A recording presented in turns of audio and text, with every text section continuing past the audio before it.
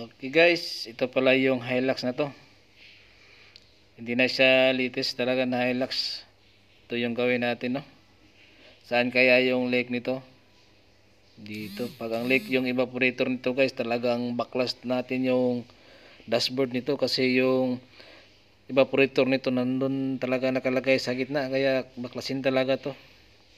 Okay guys, let's go.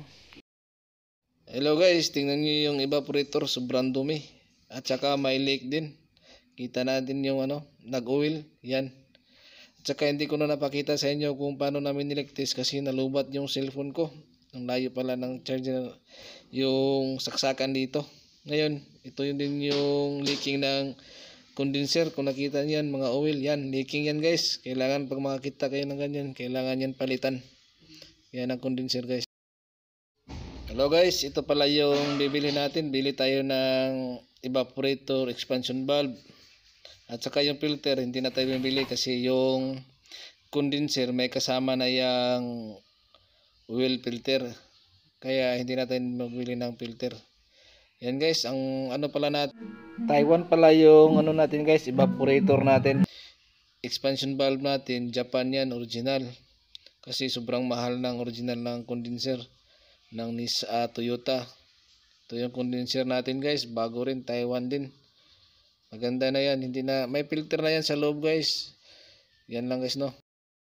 Pasensya na guys, hindi ko pala napakita sa inyo kung paano binaklas. Lubat kasi yung cellphone ko guys, kaya ito na lang napakita ko. Ngayon guys, nabalik na natin lahat yung evaporator, condenser, expansion valve, nalagay na natin. Ngayon, yung gawin natin ngayon guys, i-vacuum natin. Ito yung pang vacuum ko. I-vacuum muna natin kasi wala tayong pang leak tester. Ngayon guys, vacuum muna natin lahat. Tapos malaman naman natin pag leak kasi yung gauge natin, bababa yung pointer niya. Bababa yun sa 00. Ibig sabihin yan, may leak yan.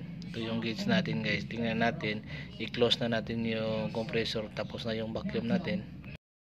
Ayan guys, nakita nyo diba, yung pointer natin naka negative 30 siya. Pag bababa yan doon sa 0 guys, ibig sabihin yan may leak pa yung system natin. Pero ngayon, hayaan muna natin ng mga 15 minutes. Pag hindi siya bababa doon sa 0, ibig sabihin wala nang leak. Ngayon guys, habang nag-leak test tayo, lagyan din natin ng auxiliary fan to guys. Kasi minsan kasi pag hindi tayo maglagay ng mga auxiliary fan, lalo na pag traffic, mainit na yung condenser natin, baka magulat kayo na bakit nawala yung lamig konti. Pero mas maganda kasi pag may auxiliary fan, kasi yung condenser natin palaging malamig yan. Ayan, nilagyan natin ng fan yan guys. Ayan guys, maglagay tayo ng oil, no, sa ating compressor. Kunting oil lang kasi may oil na kasi yan, hindi na kasi binaklas. Isang takip lang ng oil natin guys, isang takip lang ng 1 litro. Ayan guys, lagyan na natin ng oil. Itong low side yung kun natin guys, tupiin lang natin yan ng hose. Tapos ilagay natin doon sa may oil, na sa takip na may oil. Higop na yan siya guys. May demo talaga ako yan guys, paano maglagay ng oil. Ito kasi madalian kasi ito guys, no. Yan, nalagay na natin yung oil. Ngayon ito guys, hindi ko na napakita sa iyo kung paano maglagay ng freon kasi hirap talaga pag mag-video. Ako lang maghawak ng kamay.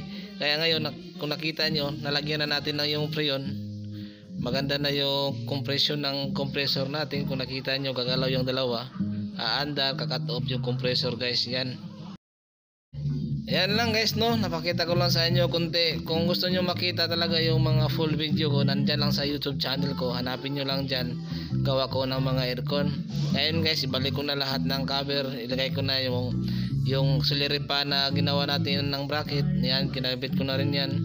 Ibalik ko na rin tong frame. At saka okay na, malamig na sa loob guys. Maganda na yung lamig. Wala lang akong temperature gauge para makita nyo. Ito guys, malamig na talaga ito guys. Nasa siguro to sa mga negative 4 kung nandito lang. Wala kasi akong temperature gauge guys. Kasi bakit hindi lumamig bago yung condenser, bago yung evaporator, bago yung expansion valve natin. Tapos nilinis natin yung system. Yan lang guys, maraming salamat sa panonood. Bye bye.